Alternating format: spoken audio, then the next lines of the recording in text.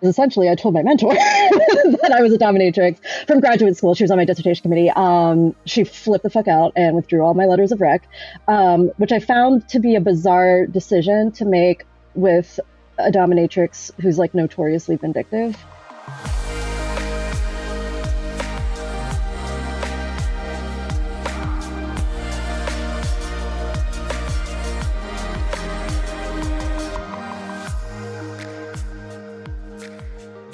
Thank you for joining us for another episode of On the Horizon, a podcast about what's on the horizon for sex workers and how to navigate it. I'm Jessie Sage, and you can find me on Twitter at sapiotextual and at jessiesage.com. And I'm Melrose Michaels, and you can find me at Melrose Michaels on social and melrosemichaels.com. Just a reminder, if you are enjoying the podcast on Apple, please leave us a 5-star rating and review because it really helps us to grow as a podcast and better share information from our guests to the sex work community as a whole. Last but not least, if you want to support the podcast, please go to anchor.fm/horizon, spelled WHORIZON, to become a premium subscriber of On the Horizon, which unlocks 2 bonus episodes on the 8th and 22nd of each month with tons of extra exclusive footage from ourselves and our guests. This segment of today's episode is sponsored by Sex.com, one of the absolute best content creator platforms out there.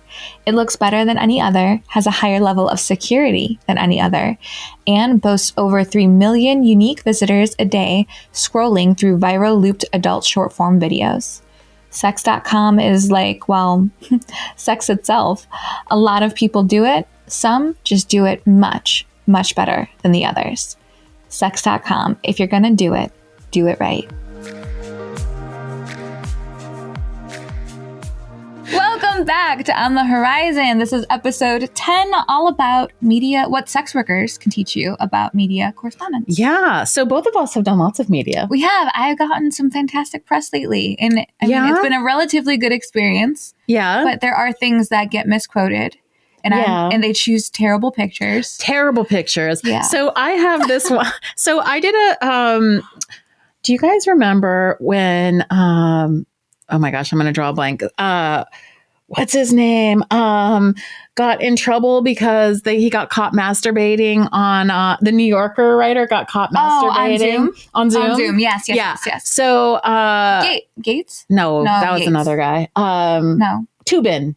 Okay. I don't know. I'm just dragging names through the mud. Yeah. So Tubin got caught masturbating on Zoom and he lost his job for that. Mm-hmm. And I was just mouthing off on Twitter, which I do, and was like, all dudes masturbate on Zoom because cam models because we do Zoom shows. Yeah. And I was getting like, at the beginning of the pandemic, I was getting like customs to like pretend that I'm on a Zoom call. I had custom video requests that they wanted to fake a Skype show or a long distance or a Zoom. Yeah, because that was so much a part of people's daily experience, and our erotics get like mixed into that. So anyways, I was mouthing off, and then the New York Post was like, wait, will you talk to us about this? And I was like, sure, I just did a custom on this. So I did this New York Post interview, which was fine. The article was fine, but they asked about like these customs. And so I just like sent them one.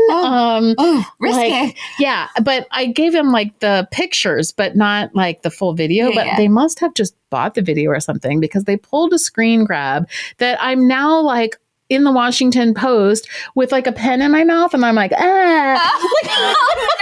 Because like in the video, I was like, being seductive with the pen, which looked fine in motion. Yes, there's a big difference. Those things don't translate. I look way better on video than in picture. Like, it's so because much you can pull like a ridiculous screen cap where I'm like licking a pen and it looks ridiculous. Anyways, so you have to be careful, and I'm just like, I don't know. That's just how it goes. That's just how it goes. You have to let it go because you have no control. Yeah. And so that's kind of the theme about doing press, really, is like a lack of control over what they're going to, soundbite or clip or put into writing in the way that it's framed with or without context. Like, these are the risks you run when corresponding with media. Yeah, it was interesting. Like, I remember one time too, my husband PJ did a news interview, and they quoted his, they wrote out his quote, but they did it like with speech patterns, like they actually transcribed like ums into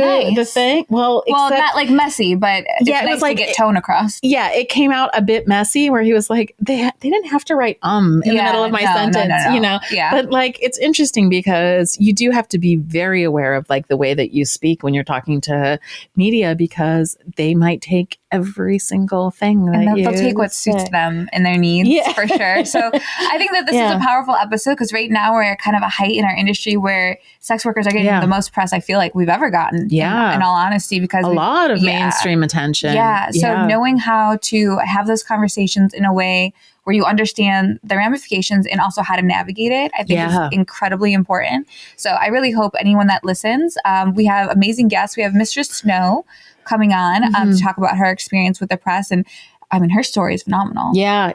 And then we also have Cathy Reisenwitz, who's a writer. And as a writer, like I also want to say that who's done press interviews as a writer, sex worker. But I also want to say that we don't have like in this culture in our education system like media literacy. Like one of the things that I think is interesting is that like as a writer, a lot of people think that I pick like the pictures that go in my articles and also the title of my article. And usually writers don't have any control like whatsoever over that. So I'll have people read my articles and then like give me a hard time and be like, yeah, the article's good, but the title's really clickbaity. And I'm like, I don't have anything to do with that. Yeah, like, that's not in the description for you. No. And the thing that I think is interesting and important to recognize is that like in any like media product, there are conflicting, how do I want to say this? There is conflicting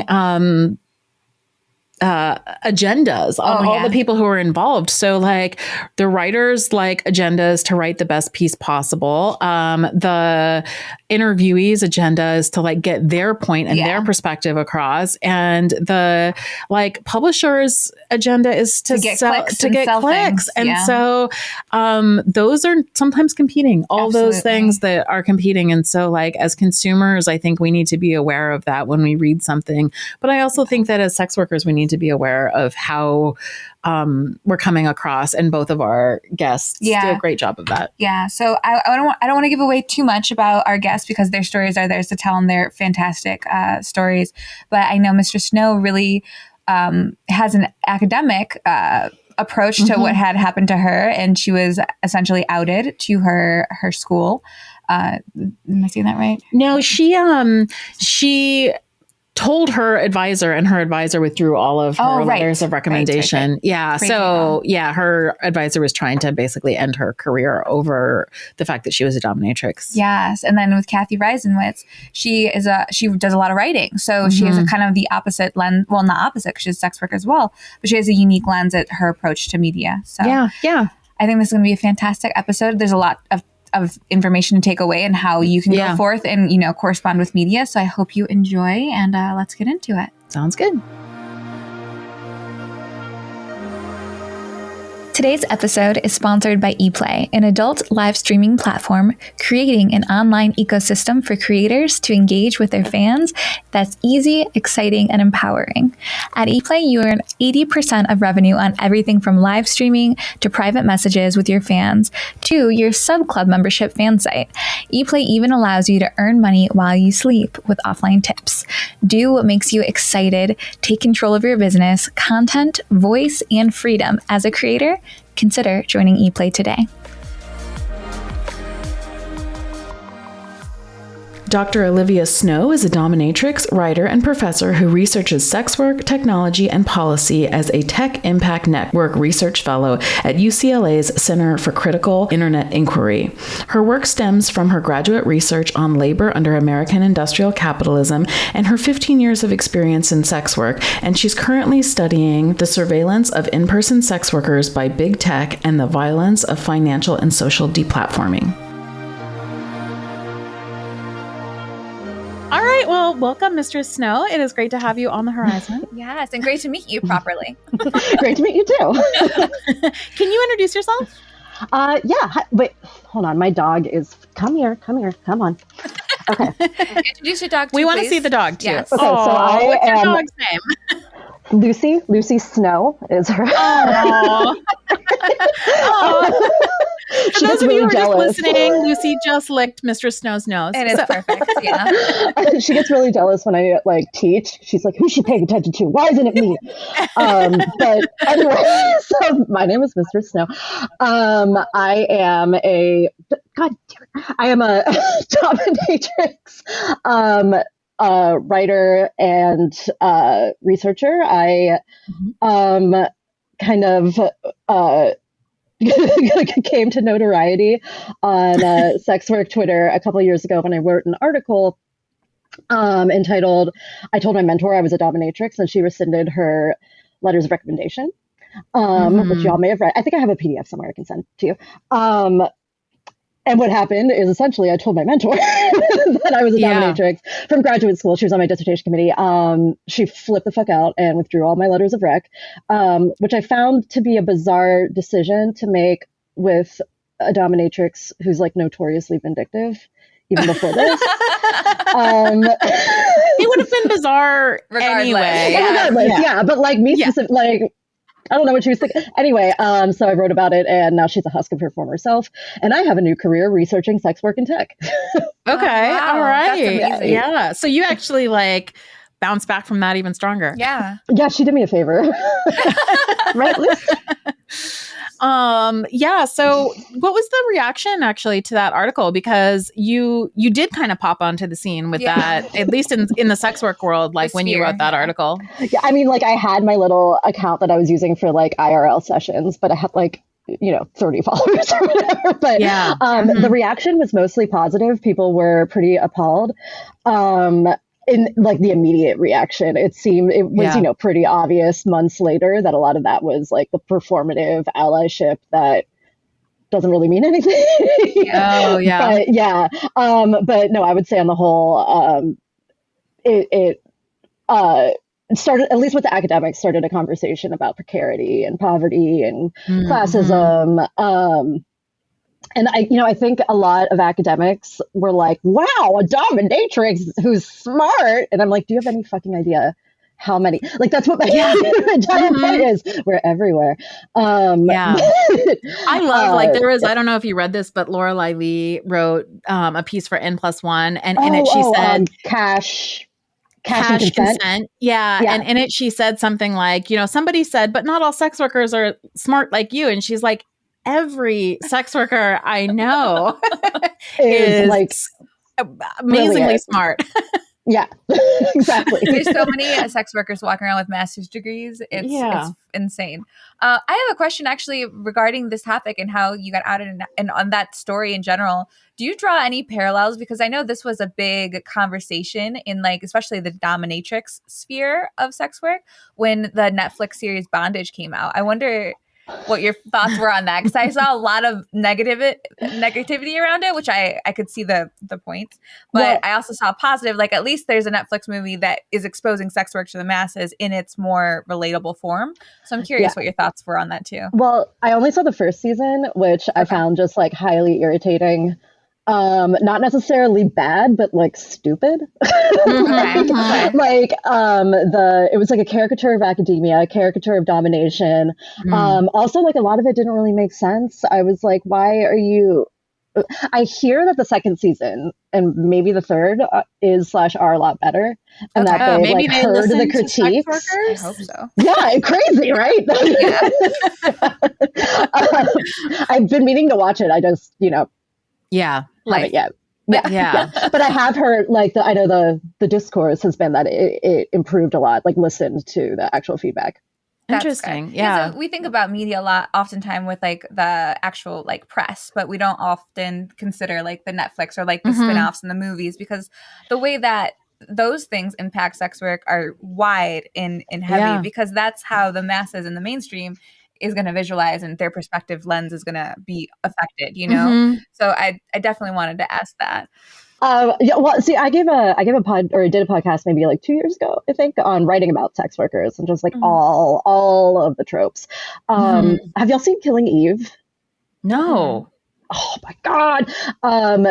The character Villanelle plays a sex worker in like she, I guess, disguises herself as a sex worker in a couple of episodes, and it's like actually perfect. Really? Wow. Yeah. Where can this be watched? Oh, it's on, I think it's on Hulu. Killing Eve. Okay. Killing Eve. We'll check that out. Yeah. Oh my God, it's so good. But yet, like, at one point she shows up at like what looks like a medical dungeon and just like signs in like she's clocking in for work. Yeah, that's awesome. That's what it's like. Very accurate. Yeah. There was a show that I watched recently that was about somebody with cerebral palsy, I think, and he hires he's gay and he hires a male sex worker for his first like sexual experience. And now I can't remember what it's called, but I also watched that and was like, yeah, that's kind of how it goes. Right? Like, yeah, it was like really good. And the person who came in, I mean, I don't know that much about the gay male side of things, but like from my perspective, like that's what a session looks like, you know, like a regular GFE session, which, you know, you can't really map onto that, but still you can because it's more or less like what it looked like, you know, and that's fascinating. They just were like lying there chit-chatting. I was like, right. Yeah. Yeah. Or have you seen Working Girls?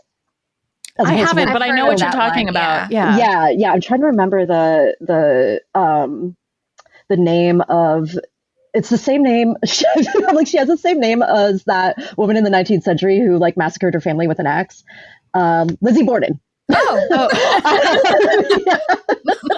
She's the director, and I think the screenwriter. Mm-hmm. That's awesome. I bet she doesn't get lost on Google. That's a good one. Yeah.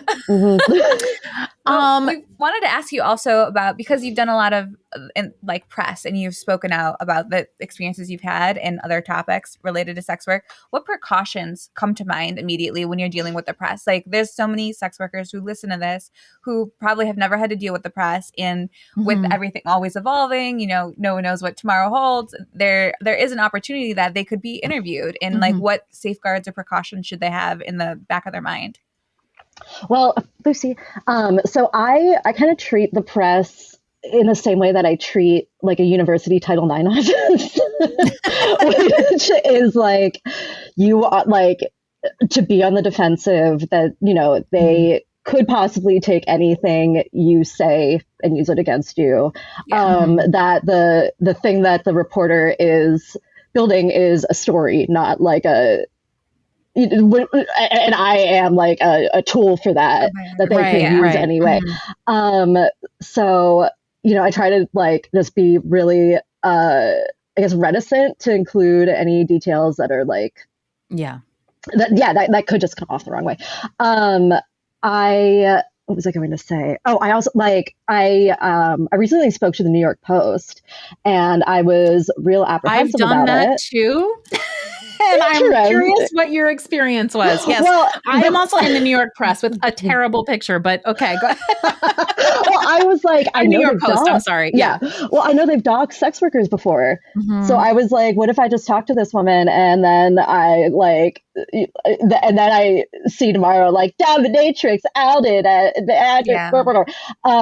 So, you know, I also, and I'm not a journalist, so I always like fuck these terms up, but I'm really clear about like what's on the record, what's off the record, what's on background.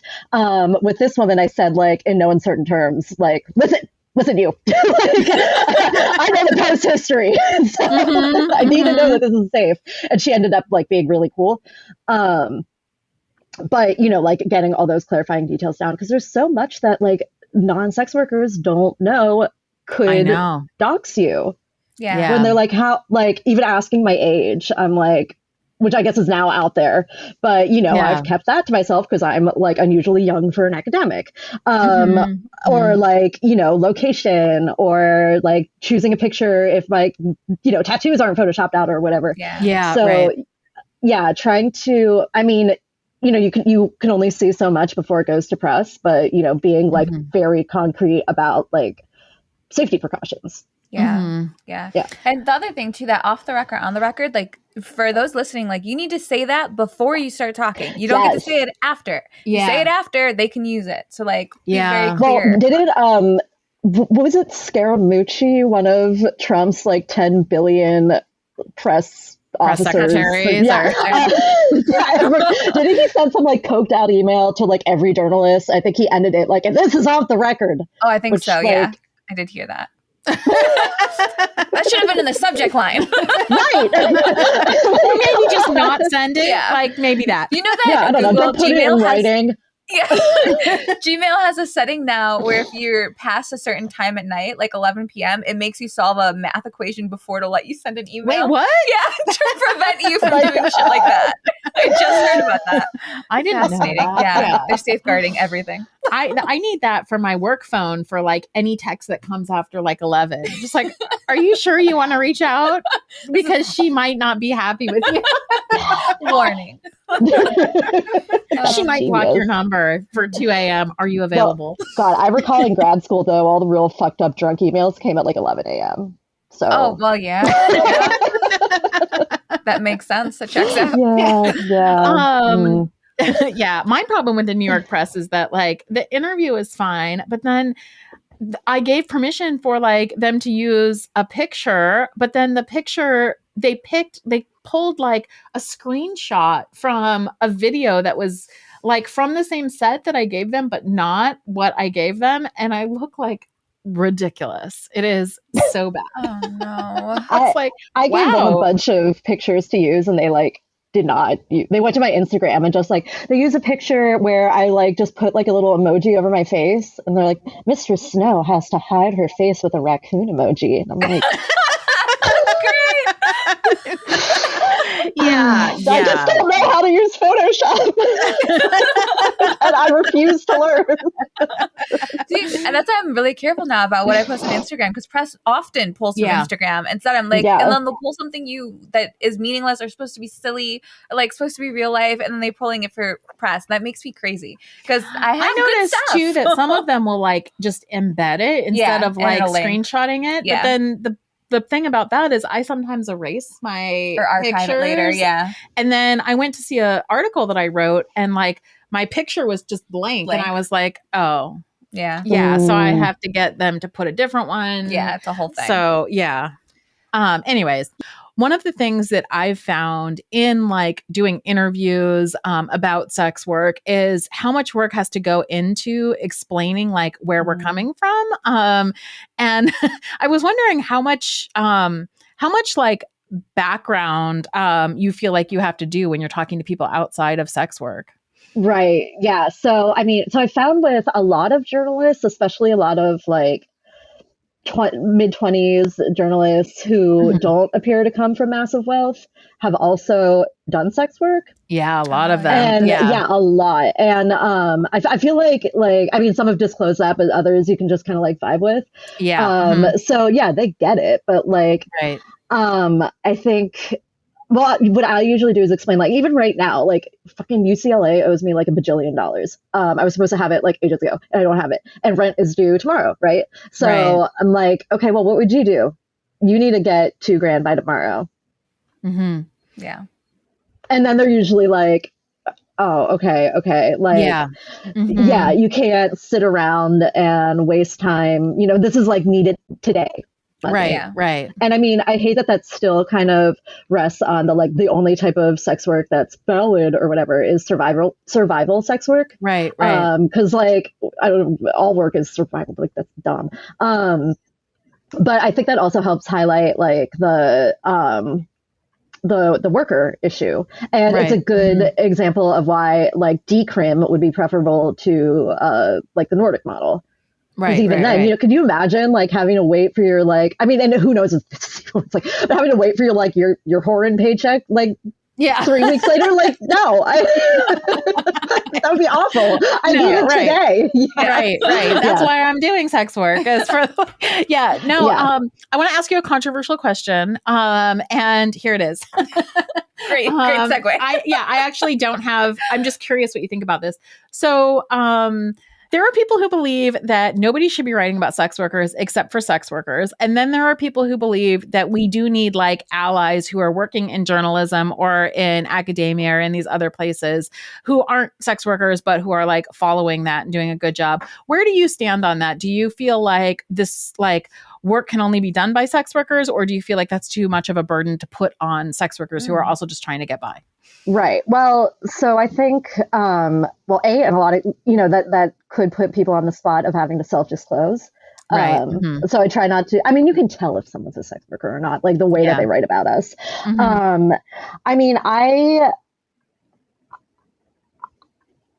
it's a hot button issue, but well, so I'm thinking like I refereed an article a few months ago about sex work, written, just by like academic. I mean, I don't know, it was like double blind. But there were a lot of basic mistakes that we know not to make that they would have no idea. Like, I think they described sex work and human trafficking as like on a continuum or something of the sex trade. And so I was like, no, you can't do that. Yeah, right. Like you can't do that. So I think like I would not trust someone with no connections whatsoever to sex work to write about sex work. On their own. Like if you're collaborating with someone, great. But then the other issue is like we're so marginalized and criminalized that we don't want to self-disclose because then like your mentor might take all your letters of recommendation or whatever. I think it's really I don't know, catch-22. Right. Maybe. Right. Yeah. Like I feel the same way that what you're just, I'm sorry, I didn't mean to cut you off, but I feel the same way about organizing, because I felt like in organizing spaces I've been in, a lot of people were like, we don't want so-and-so or allies or people to be like doing this organizing. And you're like, but you don't actually know like who they are, what sort of work they're doing. So if we're going to make like a policy to force sex workers to disclose their work history before doing like writing or doing organizing or anything like that, that's actually putting people in really dangerous positions. So I appreciate that you brought up like disclosing. Yeah. Well, I'm also thinking like it is really bizarre the way that neoliberalism has like spiraled into marginalization equals clout, because I'm pretty sure marginalization equals getting marginalized. Right. Yeah. And I say that to like, I've definitely on multiple occasions been accused of like not being a real sex worker, or not being a real dom, or being a fake dom, or whatever the fuck. And it's like just the oh my God, I'm such a fucking academic. I'm like the myriad ways in which our identities can be weaponized. I know what you're saying. No. I mean, you have to like consider it politically, I guess. Right. Like, what is the purpose of IDing as a sex worker here? Yeah. I wonder if there's a happy medium where we have allies that are just paying to consult with sex workers anonymously, because then you can kind of get around the disclosure, and then also they're being paid for their time, so it's not taking out of people who are survival sex. Like maybe there's some kind of happy middle ground. I don't know if is there ever those, but I mean there are like academic studies that will compensate. I think, well, I mean journalism, like you can't pay interviewees in journalism. I'm not a journalist, so like sex workers don't understand that though. And I feel like that's something, I think that's something that should be said out loud. And so I'm glad that you said that, because I've noticed that too, that sex workers get very angry at journalists for not offering compensation, because sex workers, as they should, like value their time in terms of money, except that like, it just doesn't translate. Like it doesn't work like that. And that's unethical. That compromises the story, which I'm like, then like sucks, you're going to start like what that ends up meaning is that the people who can like, it pressures people to like have the best story for like the money. It just doesn't work. Yeah. I think that's important. I mean, I haven't really encountered anyone. Actually, wait, I have. I was gonna say, like, I don't know. Allies are also just so disingenuous in a lot of cases, whether that's ignorance or whether that's like some weird fetishization. I don't know. I don't think there's like a hard and fast. I mean, ideally, we could just, safely self-disclose, but we don't live in that world. Yeah. I think that's a good place to wrap. Where can people find you? Unless there's something else that you feel like we didn't cover. No, I think we're good. Yeah, okay. All right. Lucy, what about you? Yeah, you good, Lucy? Okay. Yeah, all right, good. She's like, I'm bored. Yeah. Where can people find you and your writing and your work? So I'm pretty chronically on Twitter. I'm doing better at being less on Twitter, but at Mistress Snow PhD. I'm the same on Instagram, but like I post there never because I hate Instagram. Oh, me too. I'm not so good at Instagram, but yeah. Except every time I go onto my civilian Instagram or my work one, your shit, Jessie, pops right up immediately. Really? I don't think I'm even following you. I don't even you. post that much. Algorithms or something. Okay. Yeah, I'm on Twitter. I am working on, a personal website. ...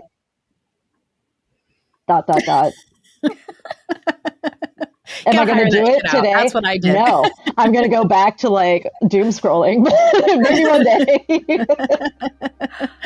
All right. Well, thank you so much for chatting with us. Yeah. So thanks for having me on. This episode of On the Horizon is sponsored by DMCA Force. DMCA Force is the authorized DMC agent for the largest online creators and the platforms that they monetize. DMCA Force protects models, musicians, writers, videographers, artists, and tons of other creatives publishing their works online. With DMCA Force, you get 24/7 automated monitoring, flagging, and removal of stolen and pirated content.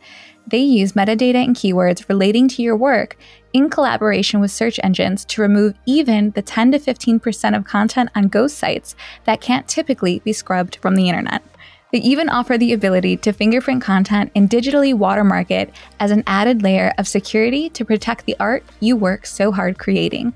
Join DMCA Force today.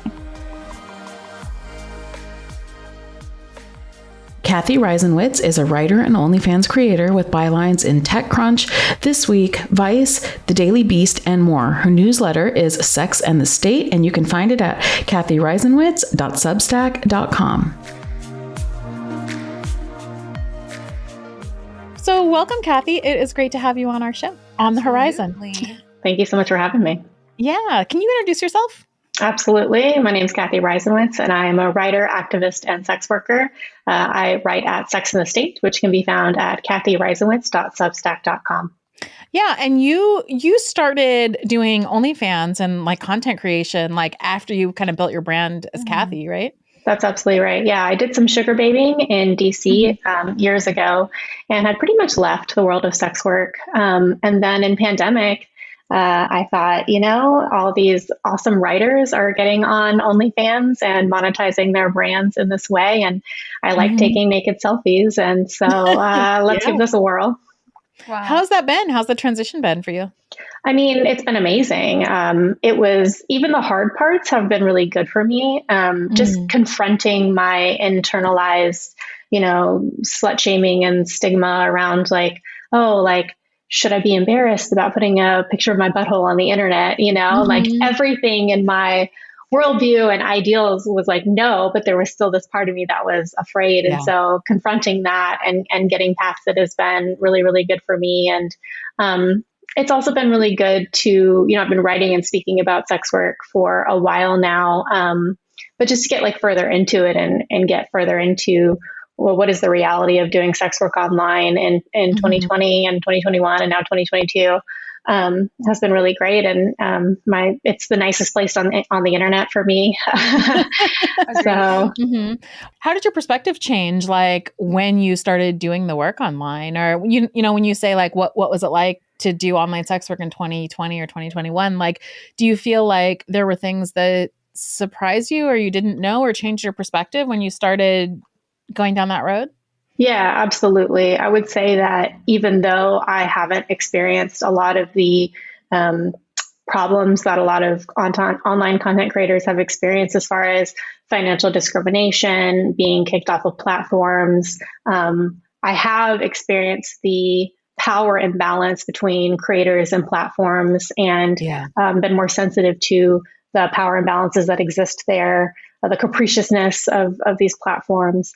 And on the positive side, I think, I kind of understood the reality that there's an audience for everything, but actually doing sex work and listening more closely to other sex workers, it's just become even more clear to me that, whatever you're doing, there is someone who's going to be into it. And I think we have this idea that obviously like when we talk about narrow beauty standards, that's a real thing and that does matter. But there's this whole other world of extremely wide beauty appreciation that it's been really nice to have that my world widened in that way. Mm-hmm. That was my experience too. Like when I got into sex work, I feel like, and it's funny because I don't want to sound like condescending in any way, but I sometimes feel sorry for non-sex working women that I meet because they don't get that exposure. They don't. And they have a much different conception of like what they have to do or what they have to like be in order to be, especially straight women, and attractive, to be found attractive. And I'm thinking like, 8 years into my like sex work career now, I'm like, you don't have to do any of that. Like, somebody will be really, really into like whatever you are. Yeah. We've talked about this on our show in previous seasons as well, or earlier this season, I think. But even like, I feel like I have that privilege in a way because I do fit more into that ideal standard.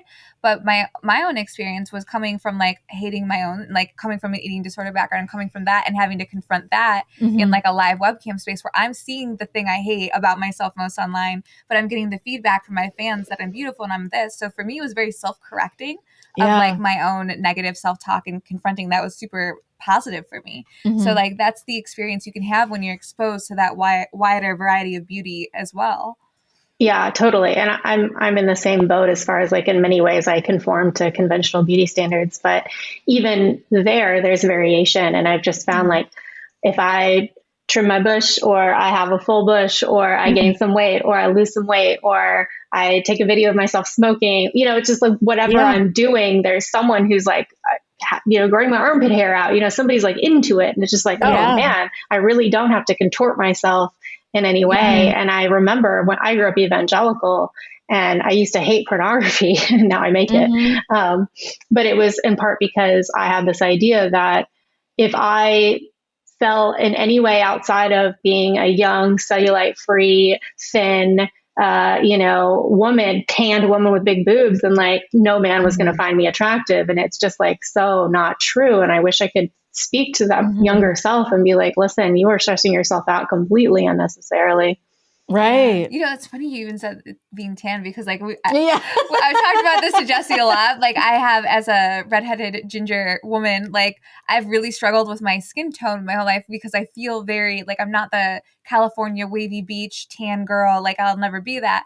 And I've gone 10 years of spray tanning and like this is the first time I've ever like wearing my real skin, and it's very like hard, but also like I don't know, like liberating. Like I could just be myself. Like I almost didn't believe that was an option. And now being able to do that because it's outside the conventional standard of what they tell us is beautiful. So it's an interesting approach to media correspondence as well. Like we could totally segue from there because like the media is portraying this image of what the beauty standard is back to us. And we're all subscribing to that consciously or unconsciously in some kind of one way or the other, one format or the other. So pornography, especially like indie pornography, almost feels like a rebellion against that. I was wondering if you wanted to like pick up there because that's an interesting segue.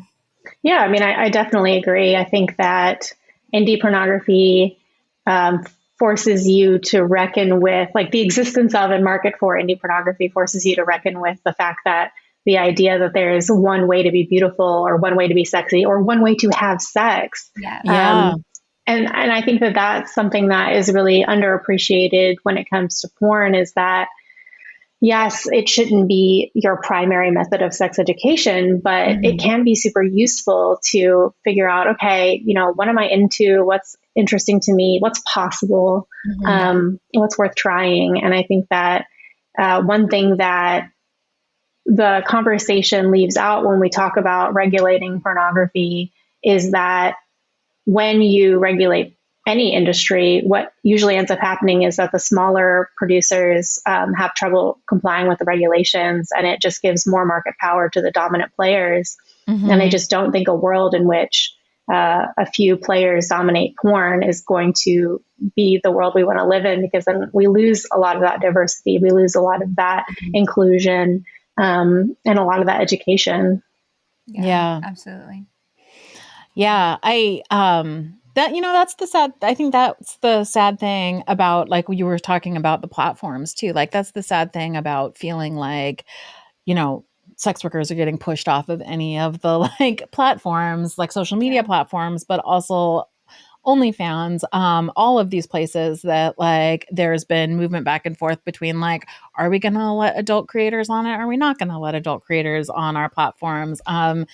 That you lose a lot of that. Even in right now's climate, like for those listening, we're recording this a few almost days after Elon Musk bought Twitter. Yeah. So even that, like, all of us are kind of like waiting patiently, like, okay, so you say free speech, but do you really mean free speech for who? We'll be here until we're not. And I feel like there's this conversation around free speech where it's like, oh, well, obviously that doesn't extend to porn.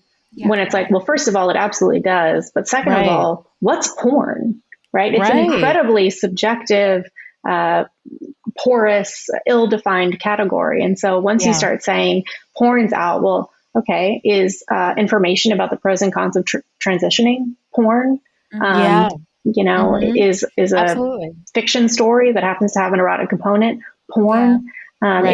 People have this idea that like, I know it when I see it. And it's like, well, you might think you do, but A, you probably have no idea what you're talking about because it's much wider than you can imagine. Yeah. And two, just because you think one thing is this doesn't mean it is in any objective sense. And so to make an exception in the free speech argument for porn, I think is much more problematic than people realize. Yeah, it's really interesting because we were talking about, I mean, this is slightly off, but I think it's related when in the first season, when we talked to Larry Walters from the Walters Law Group, and we were talking about Section 230, and we were also talking about like FOSTA SESTA, he brought up the fact that like if bookstores, for example, were to enact the same sort of laws at FOSTA SESTA and like stripping away Section 230 are trying to do, it would be like a bookseller having to read like every single thing in every single book that they sell and then deciding whether or not that like breaks rules or qualifies as porn or whatever. And that's just like completely like not feasible in any way, but also like points to this thing that you're bringing up, which is that it's totally subjective, like arbitrary. Yeah. And free speech just as a concept should not be. Like, it's very clear. Yeah. So I'm coming I think you and I occupy a lot of the same spaces, and I think we also share a lot of the same fans who are like into I know some of them, I can think of them off the top of my head, who are like into sex workers, who are writers, who comment on like the industry. And I'm curious, like that feels almost like a niche too, like that, there's big fans for that, and that they're pretty loyal to that. So I was wondering like, what it's been like for you to combine, not just to like confront your own like, body issues or upbringing or slut shaming or anything like that, but also to kind of combine your writing career with, more sexually explicit content and how that shaped your writing. Yeah, that's a great question. I think one of the reasons that I got on OnlyFans was because I was surprised to see writers I respect start making porn. And I thought, why would that surprise me? Why would I consider pornography and, intellect to be mutually exclusive? And, obviously, like I would never make an assumption about, a porn performer not being intellectual, but I was making an assumption about an intellectual being a porn performer. Yeah. And I think that for me, I'm like, well, if I'm struggling with this, then I'm sure a lot of people are, and I want to challenge that conception. And what I came to realize is that, when you get really into any kind of person you have kind of a parasocial relationship with, like you'll often like read their Wikipedia page, like read their interviews, you might care about if it's an actor, like what their diet is, or the point is that people get into ideas and art, but they also get into the creators, the artists and the performers. And so, if I'm going to watch porn, for example, and the person also creates some other kind of content, I'm going to be interested in that as well, in all likelihood. And so combining these things just kind of made sense to me. And I even joke, I'm like, if any of my favorite writers started an OnlyFans, like I would subscribe, because all else equal, like I'm invested in this person. Like I think that they're cool. And I'm also like polyamorous, so I tend to be attracted to, my friends and people who I think are interesting. Yeah. And it's cool to see that I'm not alone in this, but it's also, when you step back to think about it, like not surprising at all. That there would be some overlap there. Have you found, because this is something that I've found, and I feel like I've been like training my audience to be less like this, but I encountered it a lot, especially earlier on, where people who are interested in my writing were also interested in like following OnlyFans, which doesn't exist by the way anymore, but like did for a very long time, or my mini vids or anything like that, but were like afraid to and like ask permission, like, I'm a fan of your writing, is it okay? Would it be weird if I did that? Like, is it okay? And I would be like, those are all like, writing is an expression of like me, the pornography is an expression of me. Like to me that felt very much the same, but like a lot of people struggled with that. So I was wondering if that's something you've encountered too, or if you've had to talk them through supporting you on both ends of your career. Yeah, it has happened to me, and I have encouraged them that I wouldn't put it on the internet if I didn't want them to look at it. Yeah.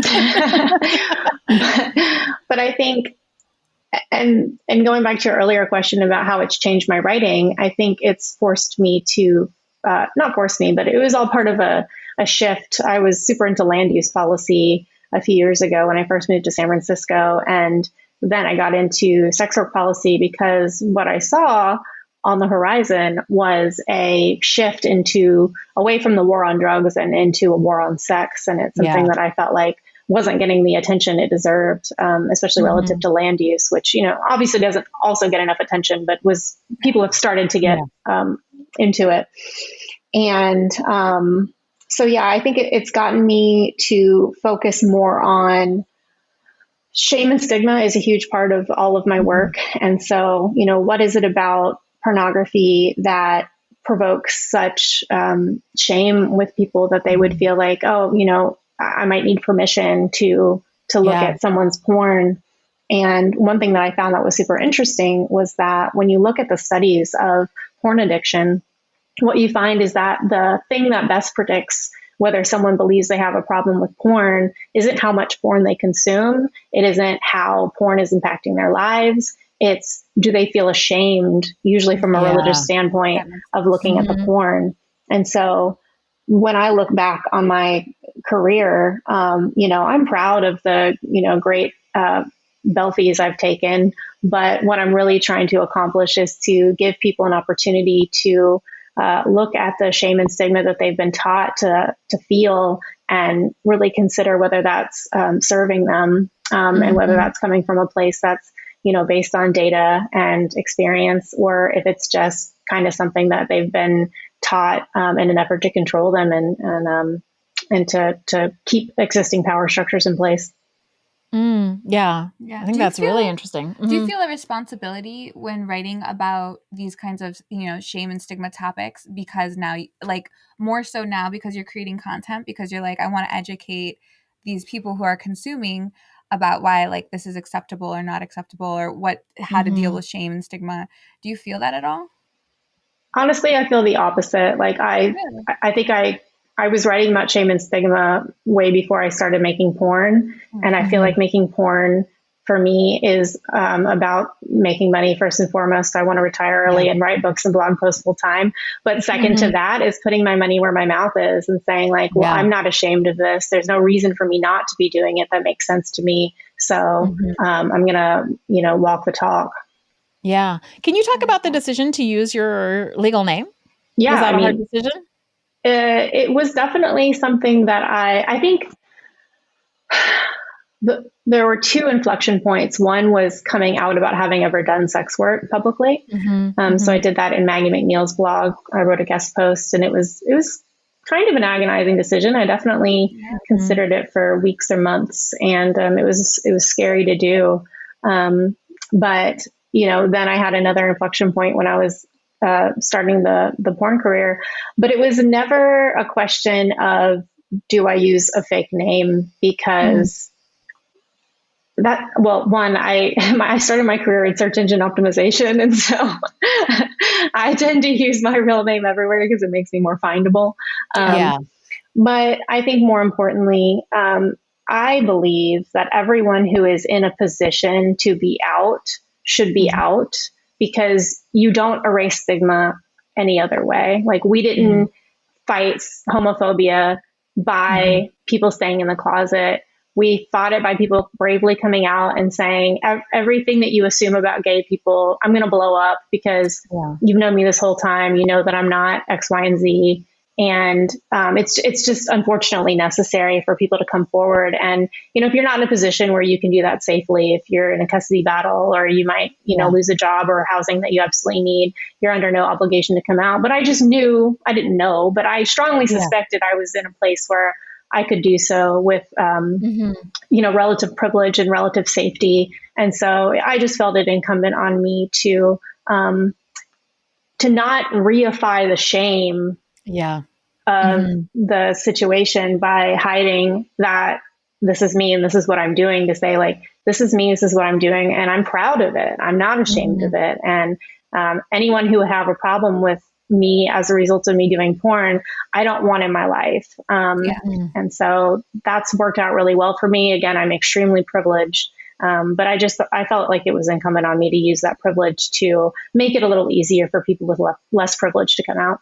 Yeah. That's really interesting. And I'm curious, has there been any, I guess, consequences to that? Because obviously you're right. You have so much out there on the internet from your writing, and now as a content creator too, like when you're going to apply for like a lease or something like that, has that ever come up? No. And it's one of those things where I wouldn't say there have been no negative consequences. I mean, my family doesn't love it. But I'm super lucky that they love me anyway. And so again, that goes back to the privilege issue. And I'm super lucky that it's never been difficult for me to find housing to begin with. And so it's never been an issue for me. And I will never know about the opportunities I wasn't afforded because I'm out as a sex worker. Nobody's going to tell me, like, I didn't hire you because you're a sex worker. Right. But I know about the opportunities that have been opened up to me as a result of having come out as a sex worker. And so I think one thing that I counsel young people about is that in most cases, the problem of your life will not be too few doors are open for you. The problem of your life will be not knowing which doors to walk through. And so being yourself closes doors, but that's beautiful because that's not a room you want to be in if being yourself is going to close it for you. And so the more you can do to be authentic and narrow down your opportunities to where you really belong, I think the easier it is to make choices, and the more welcome you're going to feel in the spaces you end up being in. Yeah, that's probably a good place to. That's a great place to wrap up. No, this was great. Where can people find you? Thank you so much for having me. So my writing is at Sex and the State. So if you go to cathyreisenwitz.substack.com, that is CathyReisenwitz. I'm also on Twitter, way too much, at Cathy Reisenwitz. My spicy Instagram is Cathy Reisenwitz 0F. I'm also obviously on OnlyFans at onlyfans.com/Cathy Reisenwitz. Check me out. Yeah, thank you so much. It was really great to talk to you. It's wonderful. Who misses free and affordable ads without the anti-sex work rhetoric? Assembly 4 is a team of sex workers and technologists from Melbourne, Australia, aiming to bring back free and fair advertising to the sex work community. They also give back to organizations based in harm reduction, sex work, and education. Stepping away from the clunky design of traditional platforms, their platform, Tris.link, is a refreshing and well-needed change in both presentation and mission. It is free to join and open to all. In the words of an A4 user, from the policies to the language to the advice and tips, it makes such a big difference to feel encouraged and supported instead of policed. Thank you for joining us for another episode of On the Horizon, a podcast about what's on the horizon for sex workers and how to navigate it. I'm Jessie Sage, and you can find me on Twitter at sapiotextual and at jessiesage.com. And I'm Melrose Michaels, and you can find me at Melrose Michaels on social and melrosemichaels.com. Just a reminder, if you are enjoying the podcast on Apple, please leave us a 5-star rating and review because it really helps us to grow as a podcast and better share information from our guests to the sex work community as a whole.